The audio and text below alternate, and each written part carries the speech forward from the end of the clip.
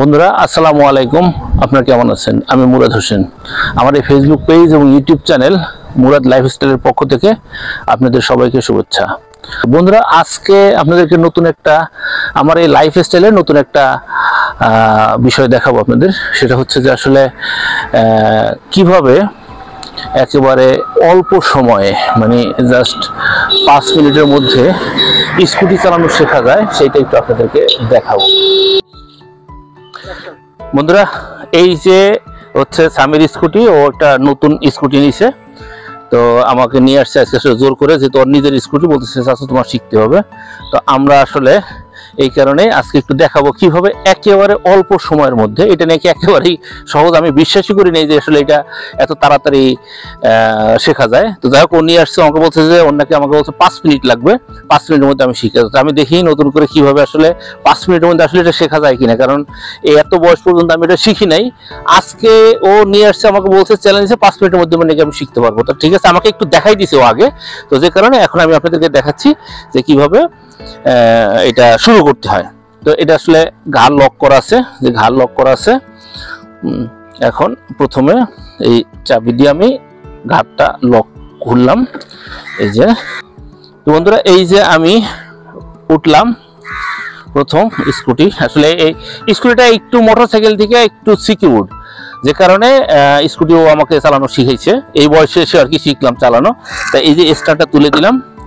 এখন আমি এই যে প্রথম আমি চাবি দিয়ে পাওয়ার দিলাম। এই যে বন্ধুরা, পাওয়ার দিলাম। পাওয়ার দেওয়ার পরে এই ব্রেকে চাপ দিয়ে, এইটা আসলে হচ্ছে সুজুকি এক্সেস একটা গাড়ি 125 এর। তো এইটা আমরা এই ব্রেকটা চাপ দিয়ে এই লাল যে সুইচটা আছে, এই সুইচটা চাপ দিলেই এই যে স্টার্ট নিয়ে নিল। বন্ধুরা, এই যে এখন আমি ব্রেকটা ছেড়ে দিলাম।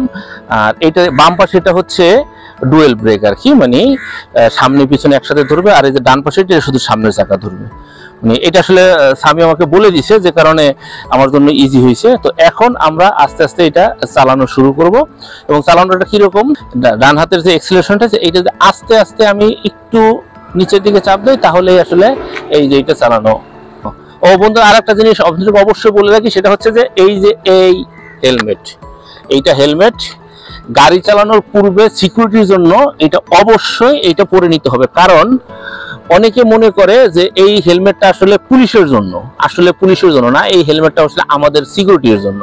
এটা যে বাইক চালাবে এবং যে পিছনে চড়বে তার সিকিউরিটির জন্য এই হেলমেটটা। তো বন্ধুরা, এই যে হেলমেটটা মাথায় নিলাম আমি।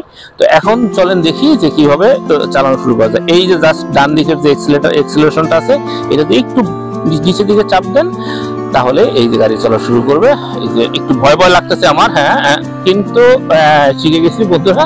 এই যে দেখেন, আমি মোটামুটি চালানো আমার শিখে গেছি আর কি। এটা আসলে খুব কঠিন কিছু না, খুবই ছোট একটা জিনিস, মানে ছোট একটা ব্যাপার। এটা এখন